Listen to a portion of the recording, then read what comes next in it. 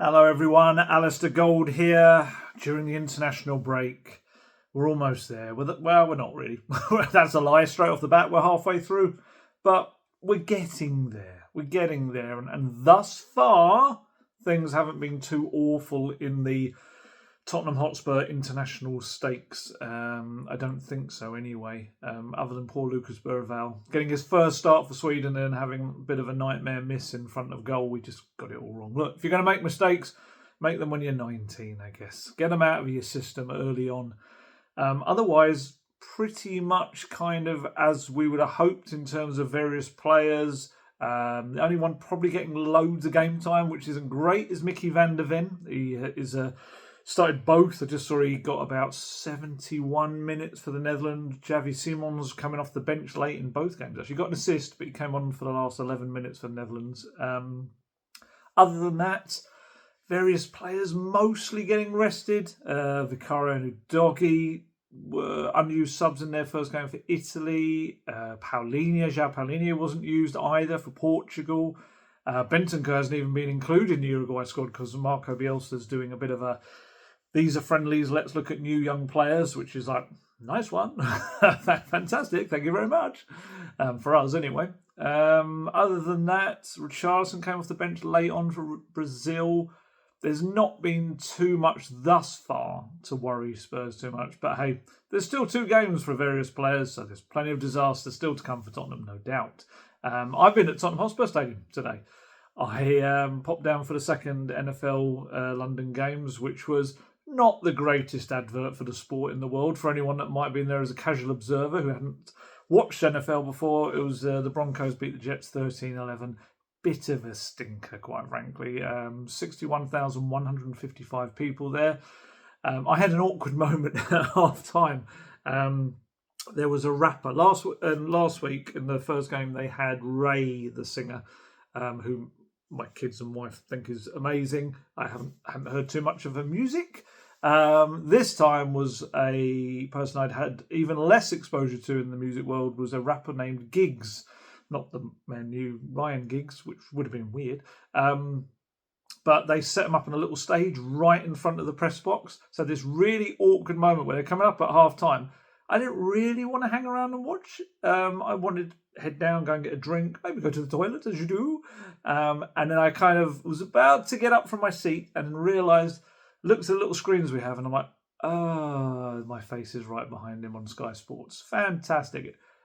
I don't want to be that guy. Not that anyone would know who I am or anything, but be that guy that would like, I don't like this, and walking off, which wasn't really the case. Just was always planning to go in at half time. But so I had this really awkward impasse where I was like, do I get up? Do I? You probably, if anyone did spot me in the background, I'm kind of laughing to myself because I don't know what to do. What's the etiquette here? What does one do with a rapper performing in front of you? Can you walk away? It was a bit weird, but another packed Tottenham Hotspur Stadium day, but not for the football. Not for the football. That will return in a week's time with the visit of Aston Villa. So this video is mostly going to be a Spurs Q&A because you've sent in so many. Sounds like an old BBC show. Thank you for all your letters. You've left comments under previous videos.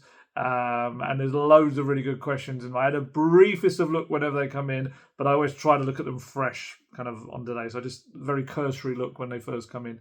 But there's other little bits and pieces I can update you on before in the few days we've had since the last video. We've had a behind closed doors friendly at Hotspur Way. Only a kind of not a big thing. Only 3 first team players involved against Watford on Friday.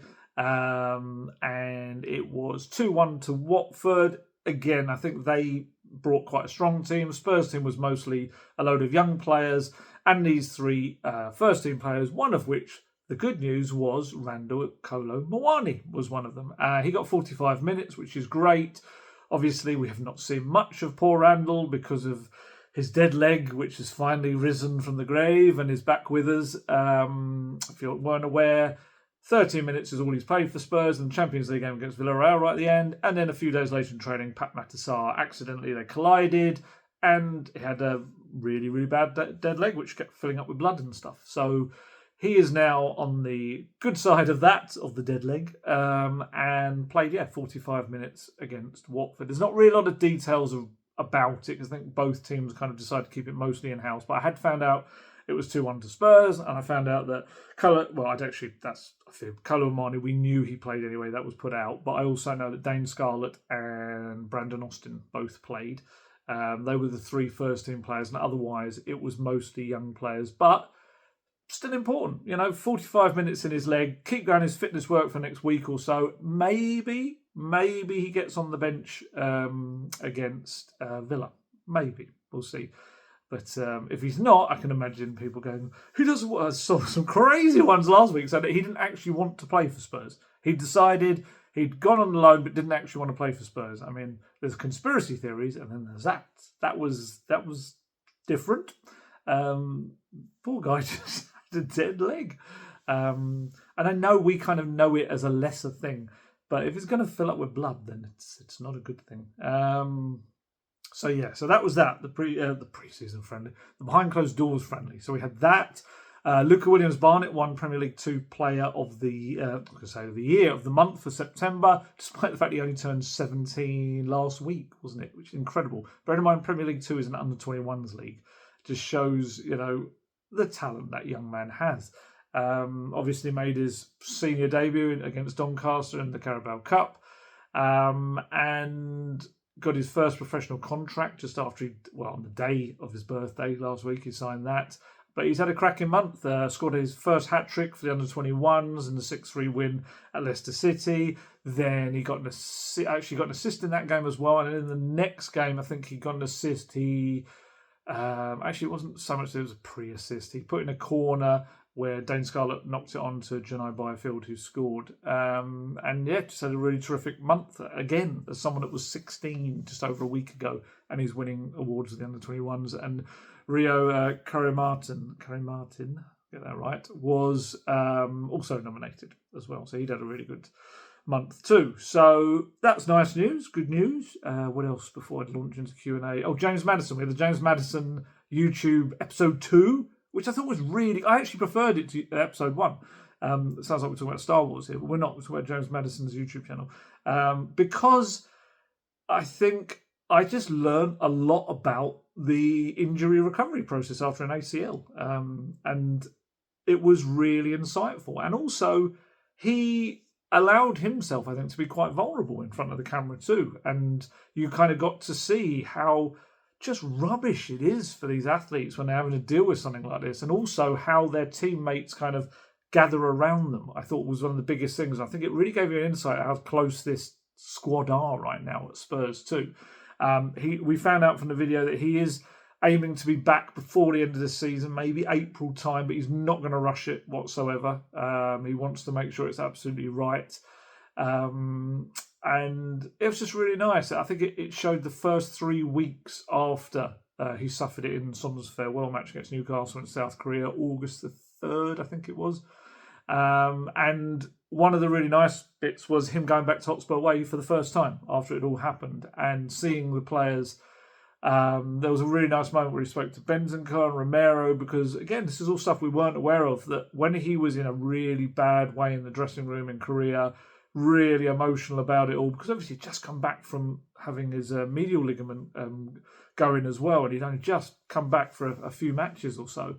And when he was kind of at his lowest in that dressing room, Romero and Bentancur were really there for him. And he just was thanking them for really kind of staying with him, being by his side, talking him through it. It was just really nice. Bentancur was really class about it, and Romero just came up to him. There were 2 players in this, Romero and Vicario, who both had, they were boxed off around their pants area. I'm presuming they were just wearing little budgie smuggler pants. I can only presume that, because, Romero had a little box following him wherever he went, and Vicario was getting a massage and had quite a big box, to be fair, which I don't know whether he requested the bigger box to be on screen. I don't know. But with Romero, it was really nice when Maddison was just saying about it, and Romero just said to him, "We're family."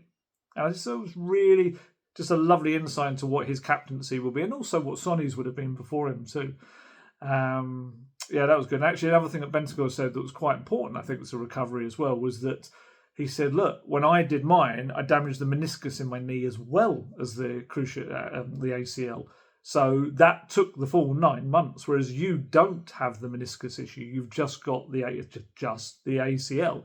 So it should be a straighter road for him, which I think they're all little things that, a player needs to hear. And they just said the right things. And there was a little moment when he was speaking to the club doctors, and I've written down the quote here. He was kind of speaking about his return. He said, I've already looked at the average time out. If it's 8 months, 6 months isn't a question. The stage I'm at now, this needs to be right. I'm 28. I'm going to be 29 when I return.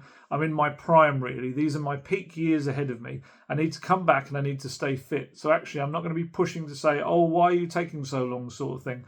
But if it gets to 8 months and we're flying or whatever, if I'm in the right frame, that will allow me to play this season, won't it, towards the end? And that would roughly be about April time, I think. There was just loads of lovely little interactions in it. A really nice one with Pat Matasar, where he went up to Pat Matasar and he said, you're my favourite player in the group at the minute. You look sharp. You look good. Makes me feel better when you play like you did the other night. It was against PSG. I think you can get 15 goals this season. I want you to. Promise. 15 goals and I'll get you a gift. And Sar's like, it's funny because Sar has this kind of life away from the football club where I think he's engaged, does incredible charity work back in the Senegal for like orphans of kind of various conflicts and things like that. Just this amazing stuff that kind of shows he is this very worldly, mature young man, even though he's 22. But when you see him in a Spurs environment, he's like a little kid. And it's quite funny. He's like giggling all the time. It's just really lovely that there's two distinct sides to him. And he just said, yeah, I'll do it for you. And that was nice. Or there was a bit where we saw him speak to Dominic Solanke in the medical department. And this, bearing in mind, this would have been just after PSG. And they asked him about his ankle. And he said, how is it? And Solanke said, well, as good as it can be. Which isn't a good sign all the way back then. And obviously, I know they tried everything possible to not have to do surgery, but yeah, it clearly wasn't good right from the start. And the other constant, if you haven't watched it yet, it's about just under an hour, and it is really good. Archie Gray and Brendan Johnson are like a couple of naughty school kids throughout. They just keep popping up, whether they're popping up at windows doing silly faces, whether they're kind of doing silly little bits of dialogue to camera. They are, I think at one point Madison calls him like their dad or something. And it's a funny little dynamic. They are. Archie Gray is a very kind of outgoing character already in that dressing room. Yeah, it's quite funny. It is quite funny. I do recommend it. It's a good watch. First one wasn't bad, don't get me wrong, there was nice little behind the scenes stuff, but I think this one had the real undercurrent of the emotion of the injury and also a lot of detail. The doctors involved really let him film everything. I'm sure it would have been edited, I'm sure it had to be run through Spurs and everything as well, but what you got to see was still a lot of stuff you wouldn't normally see. So yeah, it's a really fascinating thing, and as he said himself, it's quite cathartic for him to kind of talk about the process, and then when he's in a dark spot, talk to the camera. And I think it's a great thing. Wherever you're feeling down, just talk about it. It's the greatest thing you can do, really. What else was I going to do? Oh, I did an article today, which I thought I could kind of briefly talk about, kind of brush the surface over the top of it. There's more depth if you want to read the article. But I looked at the 17 players who have left Spurs in the past 18 months and just checked up on how they're doing, because myself included, I wasn't aware of how some of these people had done. I think once they'd left through the doors at Spurs, I'd kind of like, not shut them off entirely, but you're kind of like, we've got enough to deal with here without seeing how you're getting on. So I'm just going to run through them quickly in case you weren't aware what's happened. I mean, Sonny. We'll start with Sonny, obviously, club legend, 10 years of service to the club, 173 goals, 101 assists in 454 appearances. Utter legend. First Asian player to score 100 goals in the Premier League, lifted Europa League with Spurs, so many things. And what he's doing now, as we all expected, he's gone to MLS, and he's just walking it. It's just brilliant for him. 8 goals, 3 assists in 9 matches. It's going very well for him in the American stage, and I think they love him over there, and of course they would. And he actually made history on the international stage on Friday. He took on South Korea, played Brazil. Richarlison, like I said, just came on towards the end of that game. But Sonny got his 137th appearance, which makes him South Korea's most capped player. So that's great. Congratulations to him. But yeah, he's smashing it with LAFC. Absolutely flying there. Seems to have settled in very quickly. Brian Hill. Do you know what's happened to Brian Hill? Have you been looking? Well, he is back playing now. He had that knee injury, didn't he, towards the end of last season at Girona on loan. Joined them permanently for... Sonny went, in case you weren't aware, for MLS record of just over £20 million. Brian Hill went for £8.7 million, €10 million if you want to do it the way it actually would have been done. He's been back. He's played the last 5 matches for Girona and got an assist in their 1-1 draw against Bilbao. And he's only had 1 start so far this season, but he is getting his fitness back. So it'd be interesting. He's still only 24. It's mad, isn't it? So that's Brian Hill. Sergio Reguilon. Do you know where he is and where he's going? Currently has no club. And I think this has been part of the problem for him and why Spurs kind of, sorry to say, but couldn't get rid of him last season when they obviously wanted him out of the club. And he ended up... Do you know how many appearances Sergio Reguilon made for Spurs? Got a question for you before I say it. Do you know? Have a guess. See how close you are. 73 appearances for Spurs. Scored twice, 9 assists, 5 years at the club, technically, in all. And actually, I didn't realise that he'd actually played 6 times last season. I didn't think it was that many. I thought it was 2 or 3 in my head. But no club at the moment. Looks like he is closing in on a deal to head to Inter Miami. So he'll be joining Sonny in MLS. And he will be playing alongside Lionel Messi as well, if that all completes as it looks like it's going to.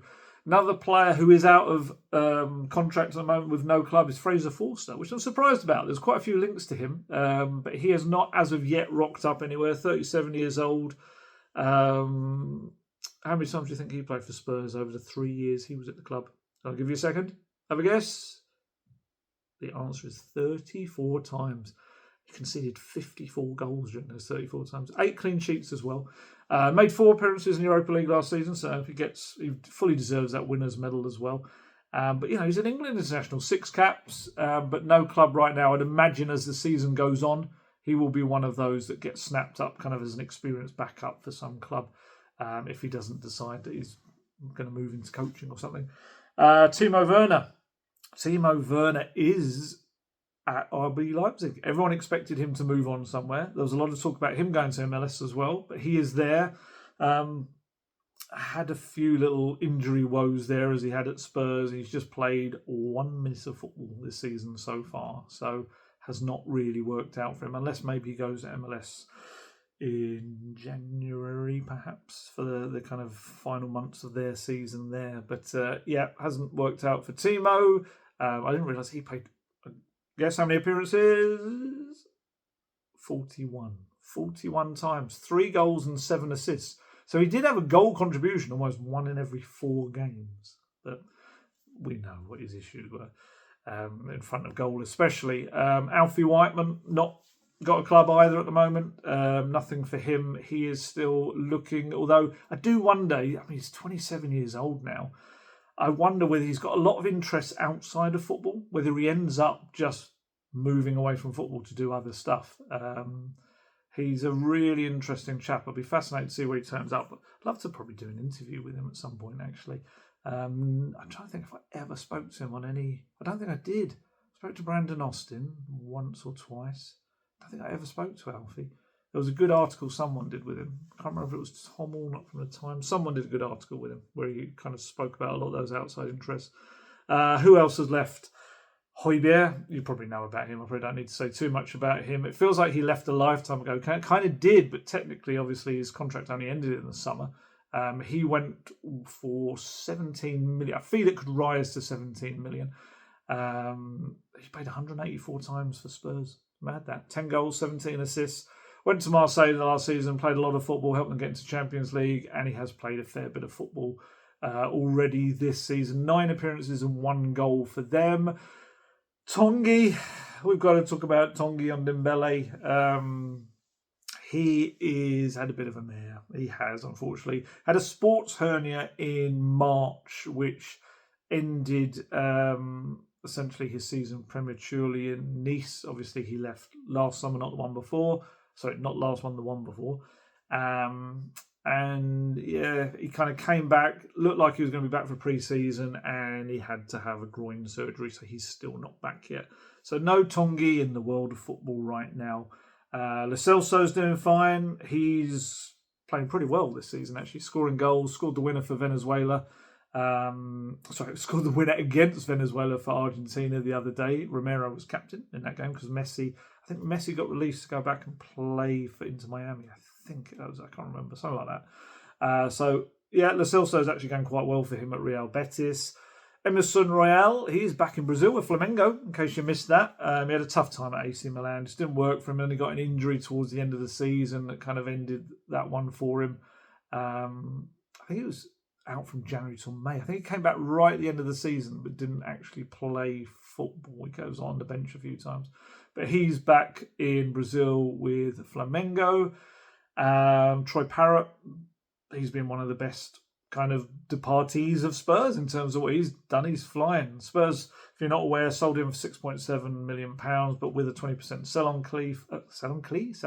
clause. Because they sell on fee, sell on clause, put together, sell on clee. He scored 20 goals for AZ Alkmaar last season, and this season he'd scored, I've written it down here, 10 goals and 2 assists in his opening 8 matches until he got a knee injury, but he's just returned, I think. He played the last game before the international break for AZ. Oliver Skipp, he's in the Championship right now with Leicester, bit in and out of their team still there, not really been able to establish himself properly. Martí Cifuentes is the manager there. Used him quite heavily at the start of the season, but recently hasn't been so. Who else we got? Ryan Sessegnon. Do you know what Sessegnon? You probably see Sess if you watch Premier League football. I'm so happy for him. He's doing so well. He is kind of got I think he got 16 Premier League games last season for Fulham. This season, he's like the go-to left-back. He's playing every single game. You might remember he scored against Spurs last season, didn't he? And didn't celebrate. But yeah, he's doing well. Joe Rodon, we know about him. He's at Leeds because we faced him last weekend. He's obviously done very well for himself. Scored in the Premier League now, and he's obviously Leeds stalwart, now Wales regular. Japhet Tanganga's at Sheffield United. He had obviously returned to... How many times can I say obviously during this round roundup? I think I'm trying to just play it down if there's any new news. Japhet's at Sheffield United, playing for them, playing almost every minute for them too. Was at Millwall, but moved on to Sheffield United in the summer. I think he's only missed 1 match for them. It's great to see 2 players, and him and Cess, who had so many injury problems, just rebuilding their career and having a good time of it as well. Ivan Perisic, you know what's happening with Ivan Perisic? He is just a machine, that man. He is 36 years old. He left Spurs and went back to Hajduk Split, didn't he? Didn't work out for him there because Gattuso and him just didn't click. Had his contract mutually terminated there. Went to PSV Eindhoven. Scored a ridiculous 16 goals and 11 assists in 35 matches for them last season. 3 goals in 4 Champions League knockout games, including 1 at Arsenal. I think from mid-March until the end of last season, there were only 3 games that he didn't score in the Eredivisie, which is mad. And this season, he's got 6 assists and a goal in his first 10 matches. He's just evergreen. He is such a terrific player. Similar for Eric Dyer. Eric Dyer's having a real kind of renaissance as well in his career. Obviously went to Bayern, won the title with them, got a fair few games for them. I wouldn't say he was a regular, but he got a fair few games over the years for them. I think I've written it down here somewhere. He played 28 times last season as they went on to win the title, and now obviously actually 48 in total for Bayern. I did write it down. Left as a title winner. Now he's at Monaco. Scored twice already for them this season, including against Man City in the Champions League, and we know that he will welcome Tottenham this month in the Champions League. So a good kind of return for that relationship. It's mad. I was looking at the piece today. It's just Ben Davies. Ben Davies is the last remaining squad member from the 2019 Champions League final at Spurs. It's crazy, isn't it? Absolutely crazy. It's just been such an overhaul of the squad, as it had to be, I guess. It had to be a new cycle.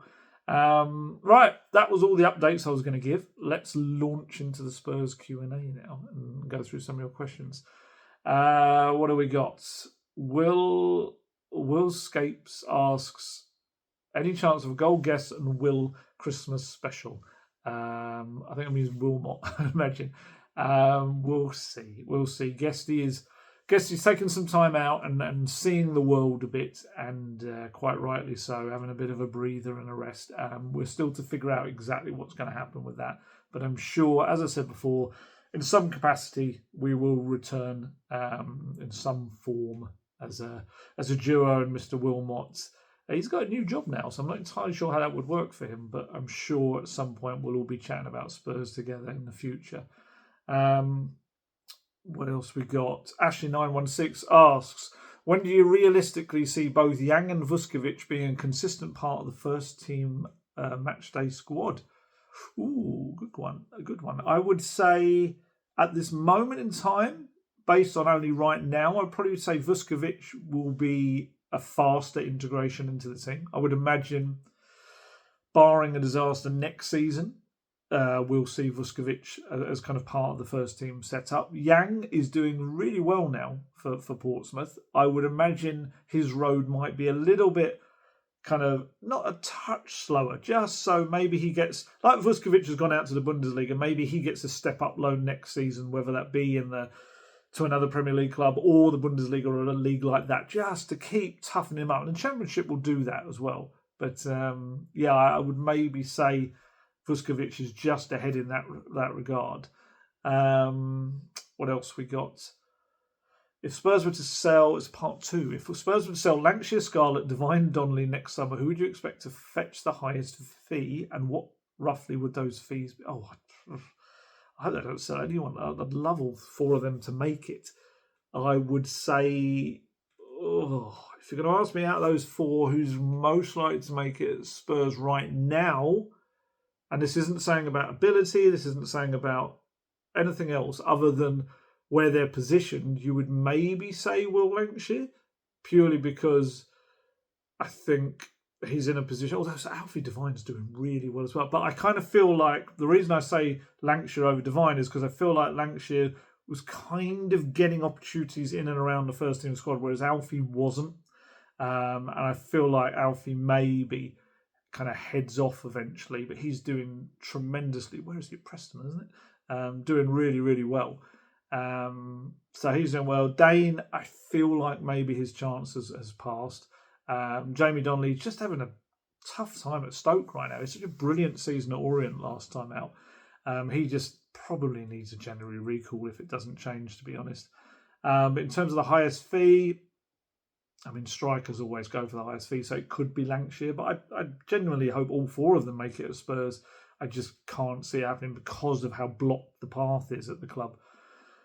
Belgian Hotspur asks, do you know more about the terms of Paulinho loan? Do we have first dibs on the loan? Can it be turned into permanent at any time, or do we need to wait until the summer? Or in terms of first dibs, well, yes, because it's there's an option to buy. So just by having the option to buy, if he wants to come to you, that the option, it becomes permanent if you take it.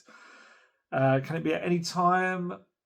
I don't see why Bayern would not agree to that. So I would probably say yes in January if they were to go to Bayern and say, hey, do you want it now? I don't see why they wouldn't. But also, it may be that it's financially more viable for Spurs to do it in the summer. Maybe, I don't know how it works wage-wise, I don't know how it works. Maybe the fee would increase slightly if they would do it earlier. I don't know, because there's more to the contract. I don't know. That's kind of would be my answer to those. What else we got?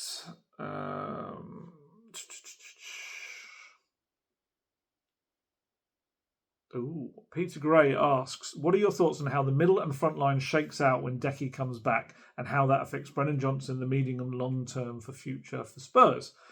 Decky, I don't know. I genuinely don't know on this one. We were kind of talking amongst ourselves as journalists about Decky a couple of weeks back. Does he come back as a right winger? Obviously, with Kudus there, it's all a very competitive area. Or does he come back as a 10? A number 10, really. My gut would say maybe a number 10, because he could play on the right or the left of the midfield 3. But he also brings some of the similar characteristics to Kudus in the strength on the ball and the dribbling ability as well. So maybe he sees him as the right kind of, but then he is going to cut in as well. It's an interesting one. I'm very intrigued to see what happens with Brendan Johnson. I keep saying I would love to see him as a support striker playing off a front man. I feel like he's kind of a little bit wasted on the flanks in this system. But yeah, I think Decky maybe more centrally, which would free up Johnson to be the kind of alternate for Kudus. What else we got? Jonathan Sharp asks, hope you enjoyed the NFL games on Sunday. Did wave, but you didn't see me. Sorry about that. What is next for Daniel Levy? Is he effectively on gardening leave from Spurs? When do you think we'll hear from him? And lastly, do you foresee the Lewis family buying out his share and stake in the club?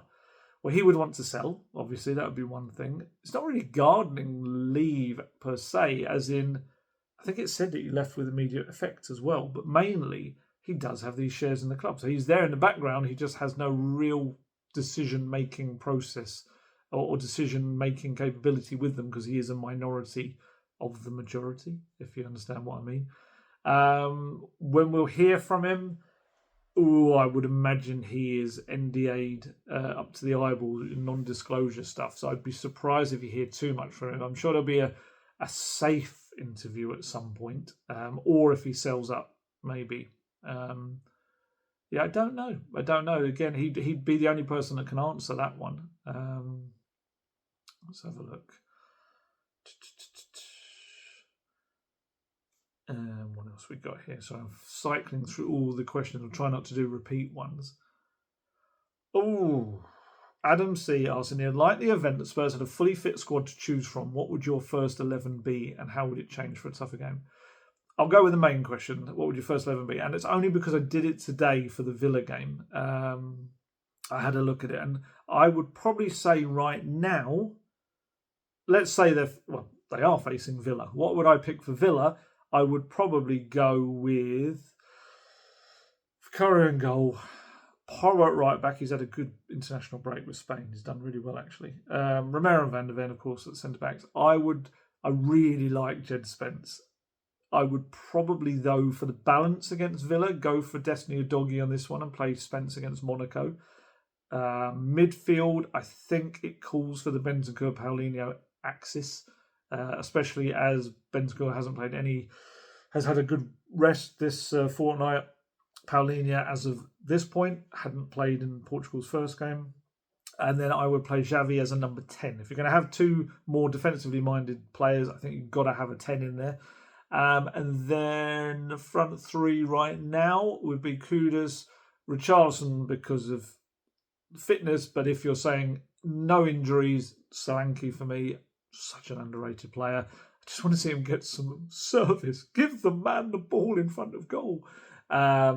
Probably right now on the left, probably Odebeer, I would say, in terms of just because he's starting to show what I think Thomas Frank wants from him. I would probably, just for the balance, go for that. I mean, it's pretty. Johnson can play on the left, Richarlison can play on the left, Tell obviously can play on the left.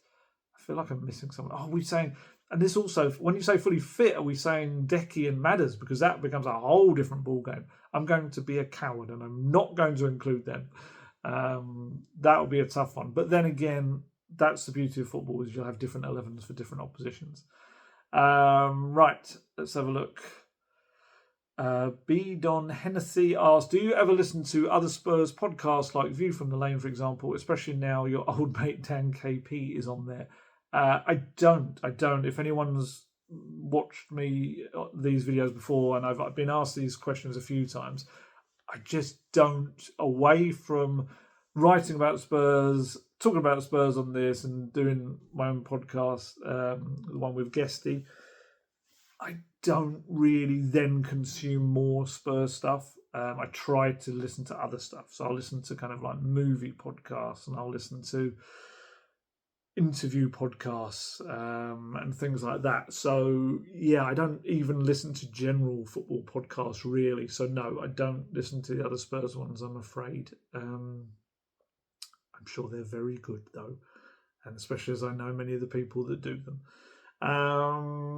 But yeah, no, I do kind of I think if I was constantly just, even in my spare time, listening to Spurs stuff, my brain would probably just turn into a huge cockerel and it just wouldn't work.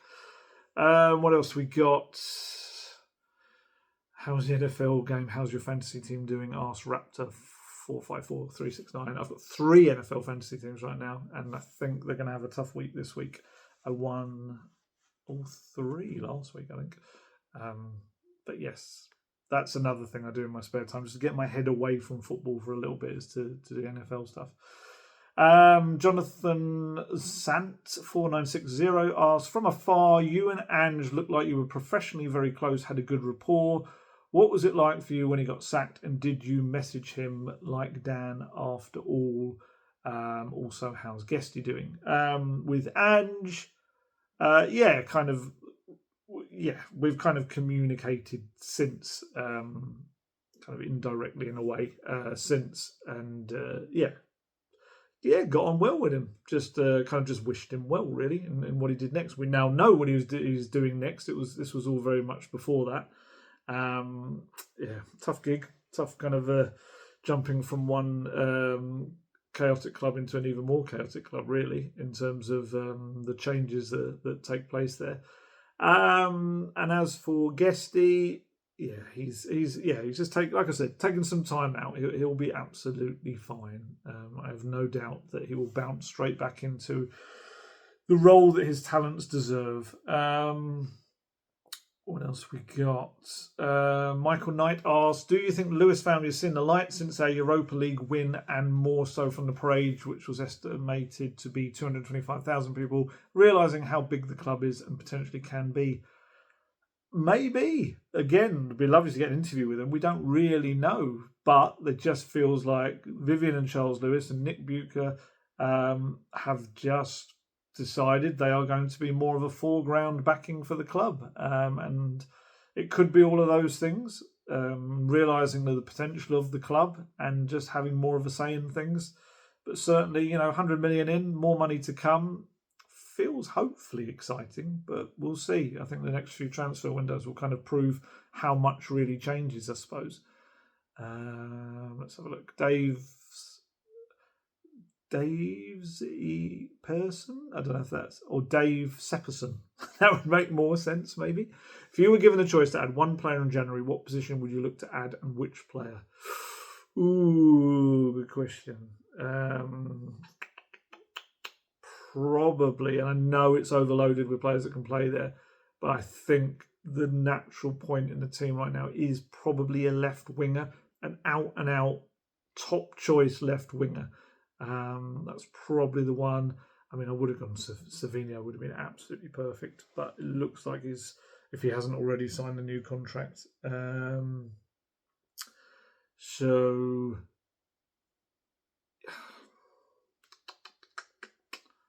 yeah, I'm going to go for Savinho in a dream world. But yeah, look, it could be anyone technically in a dream world, couldn't it? What else we got?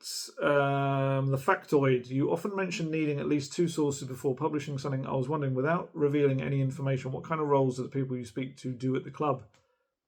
You're presuming they're at the club. 2 sources doesn't always have to be within the club. It can be outside the club. It can be around players. It can be around people brokering deals between clubs. There can be a lot of people you don't, it's not just the club. That's kind of the thing. I think there's always a misconception, is that people just assume you go straight to a club. But actually, especially in Spurs' case, they're a club that don't like information coming out. So you kind of have to get it from other sources, really. But also, yes, of course, you can have lots of different people within all different facets of the club and different departments as well. And, been covering the club for, what's 9 years now?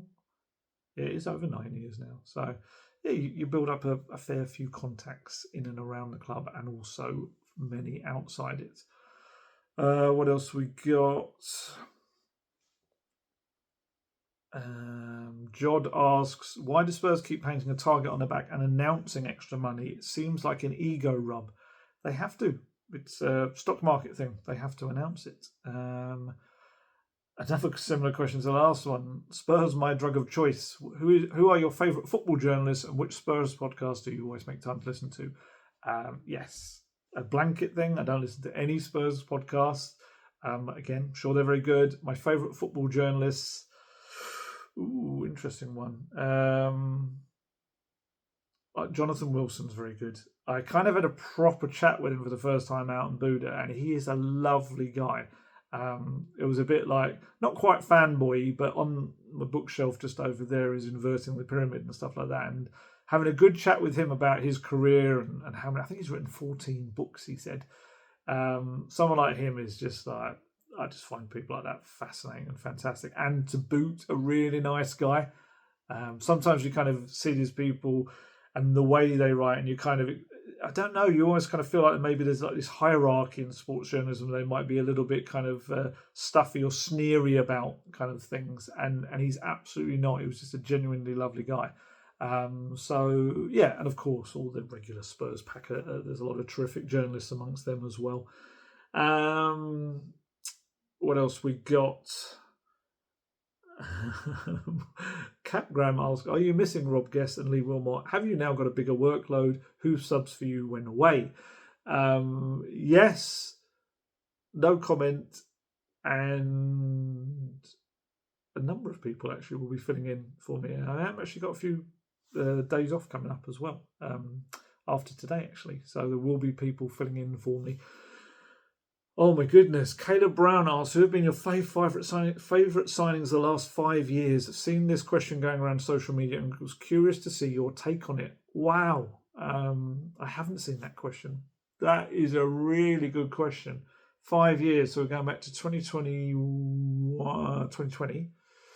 Oh my goodness. That is a tough one. I will go for Romero and Van der Ven, because both of them for different reasons. Romero, I just love the way he plays. I love it. It's like something that we haven't really seen. It's like a throwback player in that respect that Spurs used to kind of have back in the day. Mickey van der Ven, just because I think there's so much potential. I don't even think he's scratched the surface of how good a defender he can be. I think we see the pace, but actually there's so much more to him. And he is a lovely guy. I've interviewed him a few times, and he's a really nice guy as well. Favourite signings. Lucas is up there. I've got a little bit of a connection with Lucas Bergvall because going out to Sweden and talking to him at, where did I go? Bromma Poikana to actually speak to him, I think. Djurgården has gone there to play. Yeah, he was going back to Bromma, wasn't he? I think that was what I did. So I think I've got this little personal connection to that transfer, having spoken to him before he even arrived. So I go with that. God, 5 years. I feel like I'm going to miss someone really obvious because I'm not thinking about how far back that is. I mean, technically, Bale came back. It was lovely to see Bale back, but I didn't have such a connection with him that time because it was during the kind of the COVID era, and we didn't really get to speak to him properly, and there wasn't a closeness. There was no fans in the stadium really watching him. So I don't know if I'm going to put him. I might keep him in there for now. And that leaves me one more if I am going to do that. That's a tough one. That is a really tough one. I'm trying to think. I want to pick people that are kind of still here as my last one, really. And I've done most of them, haven't I? Let's go for... Oh, it's so tough. I like a lot of them. I think there's going to be some real stars. Archie Gray, Pat Matasar, really excited about them. I'm going to go for Dominic Solanke because I do not think Spurs fans have seen the best of him. When they signed him, you might remember, I was really loving the fact that they signed him. And he still scored 16 goals despite having 6 weeks out with a knee injury and barely getting the ball in the penalty area. I think 24 goal involvements in all. When he comes back, I just got this feeling he's going to set things alight this season when he gets the ball at his feet. So I'm going to go with him. And I'm pretty certain I've missed out someone, obviously. His last 5 years, I can't say Sonny, who is up there, is probably one of my favourite players of recent times. They're all before that, aren't they? 2020, who else signed? Was that the Højbjerg summer as well? Reguilon, was it Højbjerg, Reguilon, Bale that summer? Matt Doherty? Maybe? I think, wasn't it the Mourinho first summer? But yeah, I'll stick with those 5 for now. Let me know yours. I'm intrigued to know where everyone else is because I'm pretty certain I've missed someone incredibly obvious from that list. It's really worrying me now that I've missed someone really, really obvious. What else we got? There's another Brennan Johnson one. I've kind of answered that one. Asked that about Lewis as well. Lewis family. Floyd Hicks asked, do you enjoy the show Taskmaster? I've never seen it. I'm aware of it. I've never seen it. Patrick McMahon asked what's happening with Basuma. Seems like he's disappeared off the face of the earth. He's still injured. He's training with the first team squad. He was injured, knee injury. He's back in training, and he is actually linked up, I think, with the Mali squad for their second game of this international break. Bashir Gear asks, who is the highest ceiling between Sargray and Bergvall? Oh, that is a tough one. Genuinely, I would put them all on the same level. I think they could all be among the Premier League's best players. Genuinely, all three of them, if they fulfil the potential they've got. I would say they don't really have a ceiling. I think they're that good, all three of them. What else we got? With the new, Christopher Robinson asked, with the new war chest, do you think we'll have a go at Harry Kane since Bayern have to be notified in January? Additionally, what does that mean for Solanke and Richarlison? I think that got a bit played down. Harry Kane himself played down. I wouldn't be stunned if he signs a new contract at Bayern. Maybe one day he'll come back at Spurs. I mean, he's 33 next summer, so maybe he'll come back one day. I just don't know whether he's putting as much stock in that Premier League top scorer thing as everyone maybe is putting on him. What else we got? There's lots of stuff. It's all very similar about the Lewis family. I've kind of said about that. Will the money be, David Tutty asked, will the money be invested in the youth, younger age groups and women's team alongside the men's first team? Yes. Yeah, I think it's for everything, from what I understand.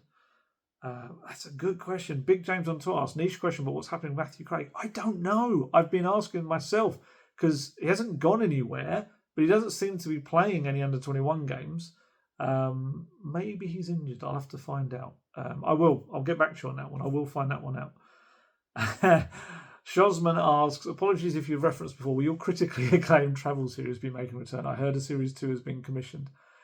I would love to do that. I did enjoy it. I only did, 2 or 3 of them? I had good fun doing those.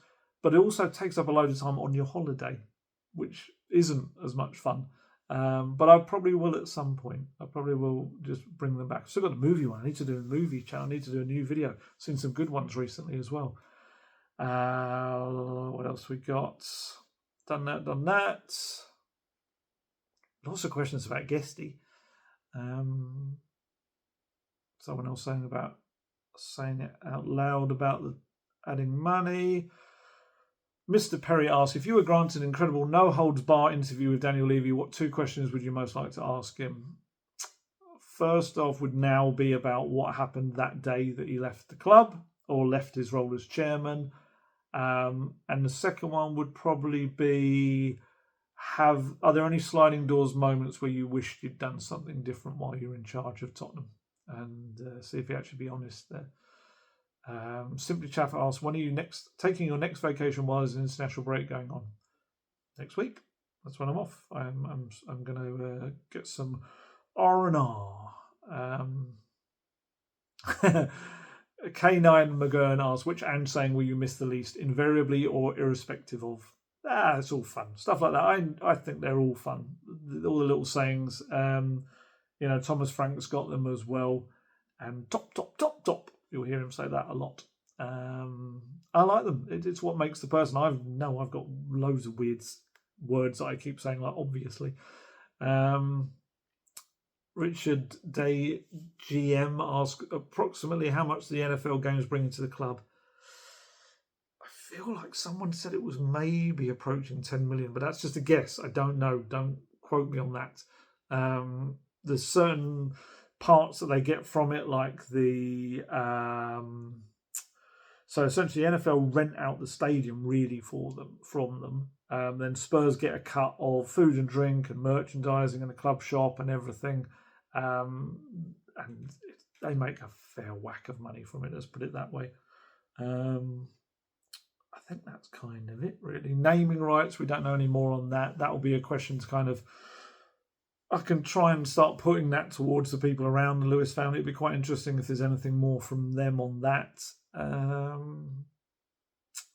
think that's it. What NFL team do you go for? Ali asked Soze V9. people might know this from the past. It's the Giants. And finally, they're quite exciting again because of 2 rookies.